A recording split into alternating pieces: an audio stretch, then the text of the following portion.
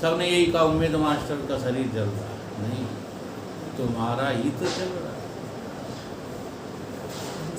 ये शरीर 3 कालों में है नहीं, ये अंतःकरण 3 कालों में है नहीं, और तो और यार अविद्या भी 3 कालों में है नहीं। ये पता है कि केवल वाणी का तुमने विषय बना लिया।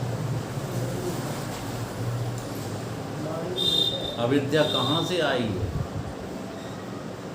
जब चेतन सदा रहे परिपूर्ण, तो अविद्या कहाँ से आई है? अविद्या है ही नहीं, आएगी कहाँ से? परंतु ये अनुभव करो, पूरी बुद्धि की ताकत लगाओ ये अनुभव करने में। शरीर है,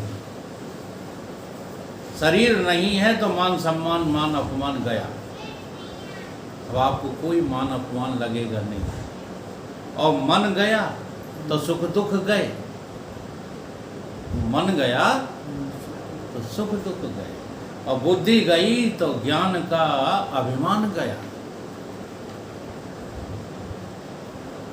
धीरे धीरे धीरे धीरे सबका सुपड़ा साफ करो अपनी युक्ति से, और युक्ति वही है क्या? बुद्धि।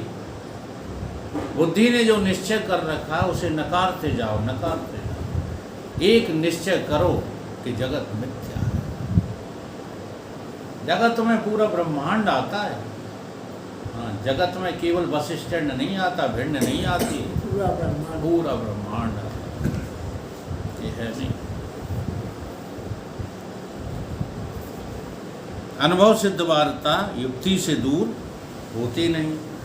सर्व को प्रतीत जो होवे आत्मा का सतरूप, सो तो सामान्य रूप है।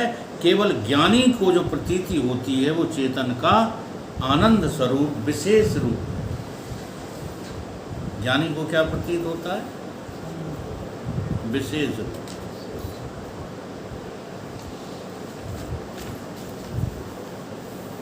जो अधिक काल में अधिक देश में होवे वो तो सामान्य रूप है। अधिक काल में अधिक देश में होवे वो सामान्य। हाँ, जैसे ज़्यादा समय तक मिट्टी रहेगी कि घड़ा रहेगा? मिट्टी। बर्तन थोड़े समय के लिए है, मट्टी ज़्यादा समय के लिए। तो मिट्टी सामान्य रूप है और घड़ा विशेष। न्यून देश में न्यून काल में जो होवे सो विशेष रूप कहिए। तुम कब बने थे जो है सूबेदार मेजर? कौन से सन में बने थे? 97 में। और शरीर मर जाएगा उसके बाद रहोगे सूबेदार मेजर? वही नहीं रहे। तो थोड़ी देर के लिए जो बनता है वो विशेष होता है, वो जो हमेशा रहता है वो सामान्य। तो आप सामान्य आदमी हो, सूबेदार मेजर विशेषता है। वकील डॉक्टर किसान आदि विशेषता है, और आदमी सामान्य है। ये उदाहरण में बता रहा हूँ। यद्यपि आत्मा का स्वरूप ही चेतन आनंद आदिक है, इसलिए सत्य की नाई चेतन आनंद आदिक सर्वत्र व्यापक हैं। जैसे सत्य व्यापक है ऐसे ही चेत आनंद सर्वत्र व्यापक है। सत्य की अपेक्षा से चेतन आनंद आदिकन को न्यून देश में और चेतन आनंद आदिकन की अपेक्षा सतरूप को अधिक देश में कहना बनता नहीं है। सच्चिदानंद पूरा का पूरा जो है व्यापक है। ठीक है, इसलिए सतरूप आत्मा का सामान्य अंश है और चेतन आनंद का आदि विशेष अंश है। ये कहना भी बनेगा नहीं। तदाप सत्य की प्रतीति सर्व को अविद्या काल में भी होती है। चेतन आनंद रूप आत्मा है, ये प्रतीति सबको अविद्या काल में होती नहीं, केवल ज्ञानी को ही होती है। इसलिए ब्रह्म ज्ञान सम ज्ञान नहीं, और ज्ञान अज्ञान। गोला छूटत तोप का करत जात मैदान, करत जात मैदान। इसलिए युक्ति से शक्ति से कैसे भी जोर लगाओ, कौन बनो तुम? ब्रह्मज्ञानी हो जाओ। बिना ब्रह्मज्ञान हुए आपको चैन नहीं मिलेगा। ये संसार के ज्ञान तो तुमको डुबो देंगे। ये ज्ञान का जो भंडार तुमने अपनी बुद्धि में भर रखा है, ये तुम्हारा पतन कर देगा, इससे उत्थान होने वाला नहीं। केवल ज्ञानी को ही होता है। अविद्या काल में चेतन, आनंद, मुक्तता, शुद्धता भी है, परंतु प्रतीत होती नहीं, इसलिए अनहुए के समान है। इस अभिप्राय से कहा कि चैतन्य आनंदिक न्यून काल वृत्ति कहिए है, सतरूप अधिक काल वृत्ति कहिए। ये विभाजन इसलिए किया गया क्योंकि आपको अनुभूति नहीं हो रही है, इसलिए चेत आनंद इसको कई अल्पकाल के लिए कहा, और सतरूप सर्वकाल में होता है, ऐसा विभाजन कर दिया है। जबकि हकीकत क्या है? सच्चिदानंद ये पृथक पृथक नहीं है। सत कहिए जो विनसे नाई, सोई तुम्हारे घट में सूजत है।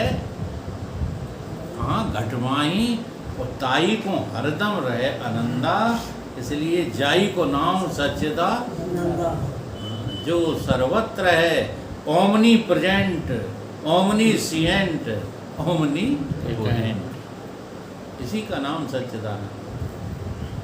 यह है विशेष रूप का ज्ञान। इस रीत से सतरूप और चेतन आनंद आदिकन का सामान्य विशेष भाव नहीं भी है, परंतु अल्पकाल अधिक काल में प्रतीति होने से सामान्य विशेष भाव की नहीं है। ये कारण है आत्मा का सतरूप सामान्य अंश कहिए, चेतन आनंदिकार विशेष अंश कहिए। आत्मा निर्विशेष है, इस सिद्धांत की भी हानि नहीं हो सकती। जो आत्मा में सामान्य विशेष भाव अंगीकार करो तो निर्विशेष आत्मा है, या सिद्धांत की हानि होवेगी। सो सामान्य विशेष भाव अंगीकार किया नहीं, किंतु अविद्या से सामान्य विशेष ना की नाई प्रतीत होते हैं, इसलिए सामान्य विशेष भाव शास्त्रों में कहे गए हैं। इस रीत से सत्य रूप करके ज्ञात और चेतन आनंद निशुद्ध, नित्य शुद्ध, नित्य मुक्त ब्रह्म रूप करके अज्ञात आत्मा विषय बंध का अध्यास बनता है। ये बात आई समझ में कि नहीं? देखो, रस्सी का थोड़ा थोड़ा आपको यह ज्ञान नहीं होता, जी हाँ, तो भ्रांति भी नहीं होती क्या? और भ्रांति नहीं होती तो सर्प भी नहीं दिखता। इसलिए थोड़ा ज्ञान तो आपको है, मैं हूँ, ये ज्ञान तो आपको है, लेकिन मैं चिद्रूप हूँ, मैं आनंद स्वरूप हूँ, मैं अद्वय रूप व्यापक हूँ, ये पता नहीं चल रहा। यही पता लगाने का नाम है क्या? ब्रह्म ज्ञान। यही तो पता लगाना है।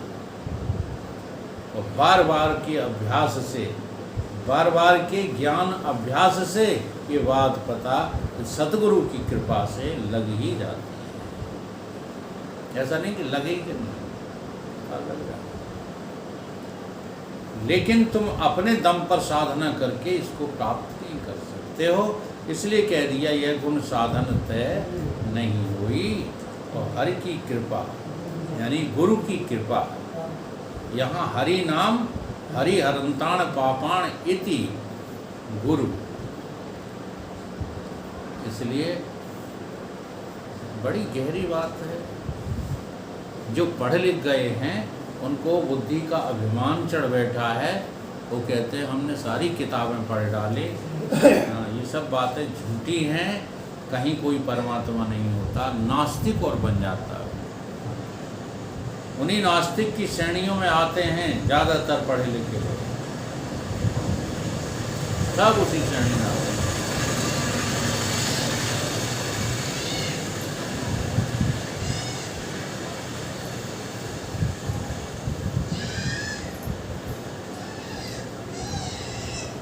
इस रीत से सत्य रूप की ज्ञात और चेतन आनंद रूप की अज्ञात आत्मा विषय बंध का अध्यास, तो फिर ये बंधन का अध्यास जो है बन जाता है। ये बात समझ में आ रही है कि थोड़ा थोड़ा तो आपको ज्ञान है, बाकी पूरा अज्ञान है। तो जहाँ अज्ञान का हिस्सा है वहाँ बंध हो जाता है, और उसी का नाम क्या है? बंध का अध्यास। ये अध्यास किस में हुआ है?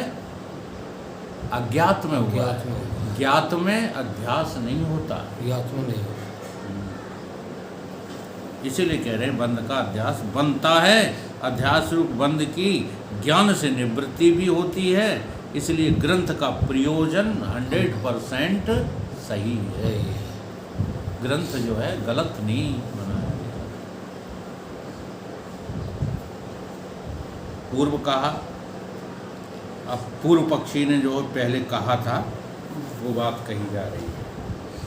पूर्व में कहा था, अब ये चैप्टर बदल जाएगा, अब आ जाएगा कर्मों के ऊपर। अभी तो स्वरूप के ऊपर था। कितने हैं? अब है क्या है? निषिद्ध काम कर्म का त्याग करके, पूर्व पक्ष ने कहा था कि निषिद्ध कर्मों को तो त्याग दो और नित्य नैमित्तिक प्रायश्चित कर्म करते रहो। इससे क्या होगा कि निषिद्ध कर्म के अभाव से नीच योनियों को प्राप्त होगा नहीं, और काम्य कर्म के अभाव से उत्तम लोगों को प्राप्त होवे नहीं, और नित्य नैमित्तिक कर्म के नहीं करने से जो पाप होते हैं वो तिनके करने से होंगे ही नहीं। इस जन्म विषय अथवा अन्य जन्म विषय पूर्व करे जो पाप हैं तिनका साधारण और असाधारण प्रायश्चित से नाश हो जाता है, और पूर्व करे जो काम्य कर्म हैं तिनके फल की इच्छा के अभाव से मुमुक्षु तिनका फल प्राप्त करता नहीं। इसलिए मुमुक्षु को ज्ञान के बिना ही जन्म का अभाव रूप मोक्ष हो जाता है। यहाँ गहरा ज्ञान की जरूरत नहीं है। हाँ। अगर बाहर का कोई आदमी यदि सिद्ध कर रहा है तो बेचारा है वो। ये बड़े बड़े शास्त्र पढ़ने वाले कर्मों को सिद्ध करते रहते। अच्छा, आप ही लोग आज जो निर्णय कर रहे हो, हाँ कछु अपना निर्णय तो किया करो, तब हम ग्रंथ आगे बढ़ाएं। आपको क्या लगता है मोक्ष कर्मों से होगा? नहीं, मना क्यों कर रहे? फिर लगे तो कर्मों में ही हो। आपको ये लग रहा है कि मोक्ष कर्मों से ही होगा।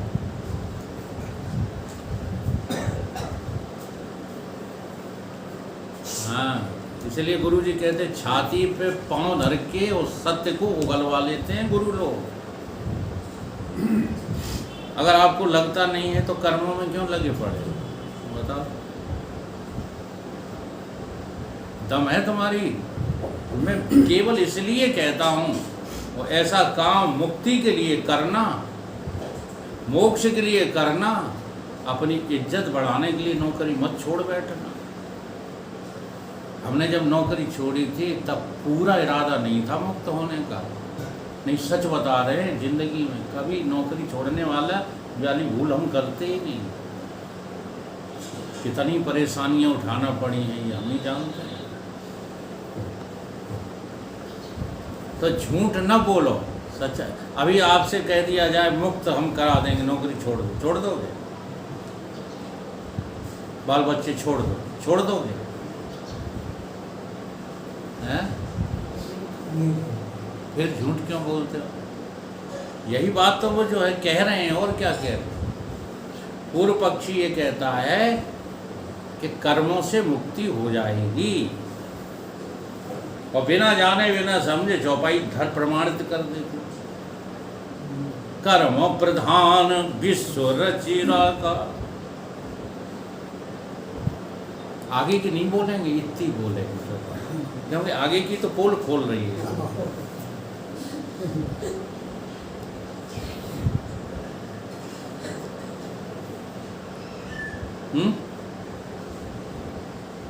कर्मों से मुक्ति लग रही है कि नहीं लग रही? अरे फिर झूठ बोल रहे हैं। नहीं तो कर्म क्यों कर रहे हो? आप कर्मों में क्यों लगे हुए? समझ से ही होगी, हैं? समझ से ही होगी, समझ निकल जाएगी, समय से मुक्ति होती है। समझ से, हाँ, समझ के नहीं, ये तो आप सुन करके गुरु की कृपा से कह रहे हो, लेकिन आप अपनी अनुभूति को बताओ ना। अगर अनुभूति हो जाएगी तो मुक्ति में देर कहाँ है?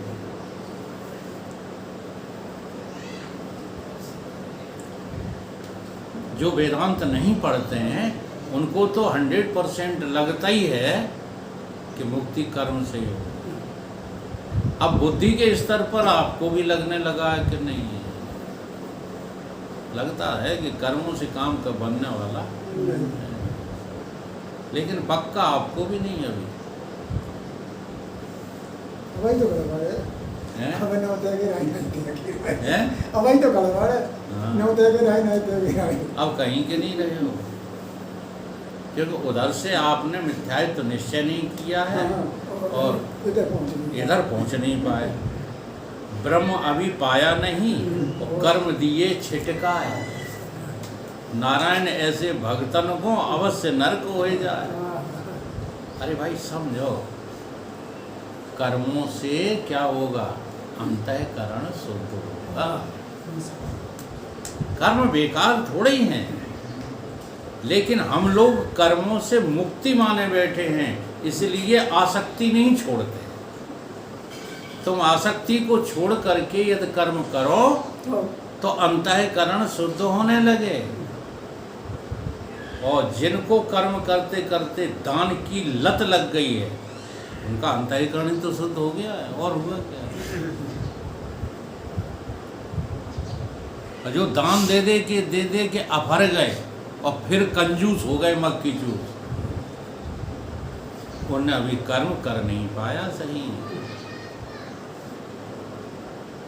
तो अनुभूति यही कहती है कि कर्म करने से जब तक मुक्ति लगती रहती तब तक अंतःकरण मलिन है।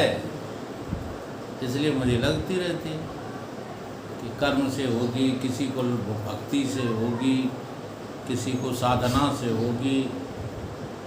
तब गुरु डंके की चोट पर कह देते हैं, वो पहले कहने वाली बात नहीं है, आखिरी में कहने वाली पहले गुरु तुम्हारे ऊपर दया करके कह देते हैं, ये गुण साधन तय नहीं होई। ये मुक्ति जो है मोक्ष साधनों से,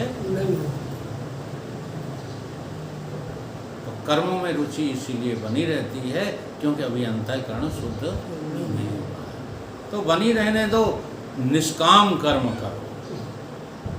उसका फल होता है क्या कि घर गृहस्थी आदि से हमको निजात मिल जाती है, हमारी अनासक्ति हो जाती है, आसक्ति छूट जाती है। फिर कहाँ लग जाएगी? भगवान में आसक्ति लग जाएगी। किस भगवान में लग जाएगी? जो भगवान अभी मैंने पाया नहीं है उस भगवान में लग जाएगी, सगुण साकार में लग जाएगी। फिर जितने भी शुभ काम होते हैं, शुभ कर्म, उनमें हमें दिक्कत नहीं आती। भगवान के जो भक्त होते हैं उन्हें दान में देने में दिक्कत नहीं आती। भगवान के जो भक्त होते हैं उन्हें सेवा करने में दिक्कत नहीं आती। और जो सेवा करके सेवा का अहंकार करते हैं, समझ रहे हो, वो भगवान के भक्त भी नहीं। तो इसलिए हम लोग कहते रहते हैं, कई बार समझाते हैं कि नेकी कर कुएं में डाल। चिल्लाते क्यों? मैंने सेवा की, मैंने सेवा की, मैंने दान दिया। ये चिल्लाने वाली बात थोड़ी है। शांत रह करके कर्म और उपासना करनी चाहिए। तो ये पूर्व पक्षी जो है कर्म से मुक्ति सिद्ध कर रहा है, ठीक है, ज्ञान की जरूरत। अब समाधान करते हैं गुरुदेव। कहते हैं कि ये बात तुम्हारी जो है ठीक नहीं है, क्योंकि नित्य नैमित्तिक कर्म का भी स्वर्ग रूप फल है। जो तुम नित्य नैमित्तिक कर्म कर रहे हो ना, इसका भी फल है क्या कि स्वर्ग। यह वार्ता भाष्यकार ने युक्ति और प्रमाण से प्रतिपादन करी है। इसलिए नित्य नैमित्तिक कर्म से उत्तम लोक की प्राप्ति होती है। जन्म का अभाव बने नहीं। जन्म तो होगा, बार बार जन्मोगे, लेकिन लोक कैसे मिलेंगे? उत्तम लोक मिलेंगे। और नित्य नैमित्तिक कर्म का जो फल अंगीकार नहीं करे तो नित्य नैमित्तिक कर्मों का बोधक जो वेद है सो निष्फल हो जाएगा। फिर वो क्यों कहे नित्य नैमित्तिक कर्म, क्यों तुम्हें बाध्य कर रहा है? नित्य नैमित्तिक कर्म करने के लिए वेद तुम्हें बाध्य क्यों कर रहा है? अगर ऐसा नहीं होगा, फल नहीं मिलेगा, तो वो वेद बेकार हो जाएगा, कर्मकांड के श्लोक बेकार हो जाएंगे। इसलिए जो नित्य नैमित्तिक कर्म के नहीं करने से पाप होवे, तो ता पाप की अनुत्पत्ति तिनका फल बनेगा। सो नित्य नैमित्तिक कर्म के नहीं करने से पाप होते नहीं, क्योंकि जो नित्य नैमित्तिक कर्म का नहीं करना सो अभाव रूप है, और पाप जो है वो भाव रूप है। अभाव से भाव की उत्पत्ति होती नहीं होती। अब किसी के अभाव से कहीं जो है पाप बनेगा? किया ही नहीं, उसका फल क्या? हाँ, इसलिए नित्य नैमित्तिक कर्म के नहीं करने से पाप होते हैं, ये कहना बनता नहीं है। जो नित्य नैमित्तिक कर्म के नहीं करने से पाप की उत्पत्ति अंगीकार करें, तो अभाव से भाव की उत्पत्ति भी होवे नहीं। ये दूसरे अध्याय में भगवान ने कहा। इसलिए विरोध हो जाएगा, या तो नित्य नैमित्तिक कर्म के अभाव से भाव रूप पाप की उत्पत्ति बन नहीं सकती। इस रीत से नित्य नैमित्तिक कर्म का पाप की अनुत्पत्ति फल नहीं है, किंतु नित्य नैमित्तिक कर्म के बिना भी पाप की अनुत्पत्ति सिद्ध है। इसलिए नित्य नैमित्तिक कर्म का जो स्वर्ग रूप फल अंगीकार नहीं करे, तो कर्म निष्फल हो जाएंगे, और निष्फल जो नित्य नैमित्तिक कर्म हैं, तिनका बोधक वेद भी निष्फल हो जाएगा। इसलिए नित्य नैमित्तिक कर्म से भी स्वर्ग फल प्राप्त होता है। पूर्व में जो कहा था कि जन्मांतर के जो कर्म काम्य कर्म हैं, तिनका इच्छा के अभाव से फल होता नहीं। काम्य कर्म है ना, पूर्व पक्षी ने कहा था कि काम कर्म तो करो लेकिन इच्छा ना करो, सो भी बात बनती नहीं है। क्योंकि कर्म रूपी बीज से दो अंकुर उत्पन्न होते हैं। कर्म रूपी बीज से दो अंकुर पैदा होते हैं, एक तो वासना और दूसरा अदृष्ट।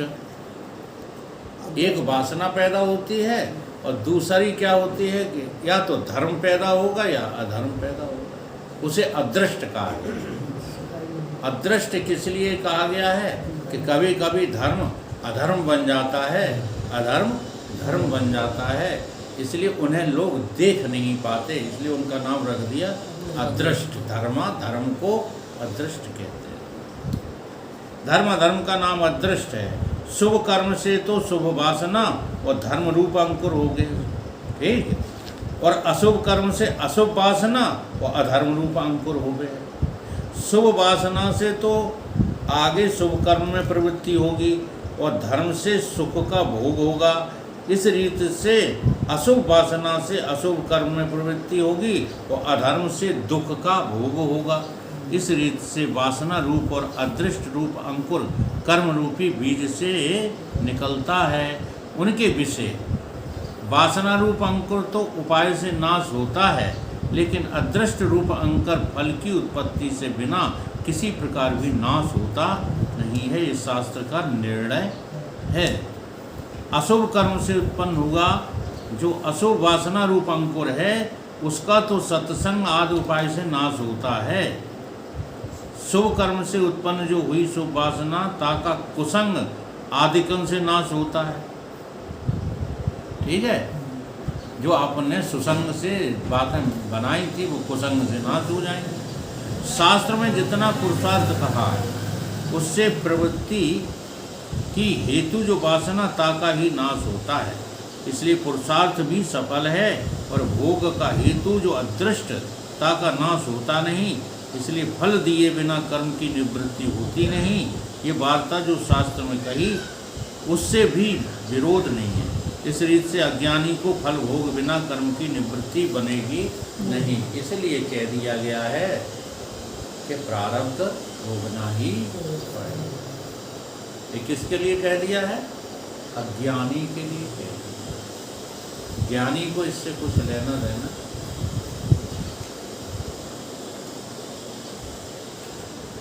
अब ये पूरा तो हो नहीं पाएगा। कितना समय रह गया? 4 मिनट। कर दें पूरा, थोड़ा मिनट बढ़ जाएंगे। और तो एक और खंडन है, हैं? एक और खंडन है। खंडन क्या है? संबंध खंडन आ रहा है। कहाँ आ रहा? अभी 4 उसके तो रह गए। संबंध मंडन। हाँ, मंडन। हाँ, वो थोड़ा सा है। अभी 89, 90, 91, 92। कल होगा। चलो बोलो गुरुदेव भगवान।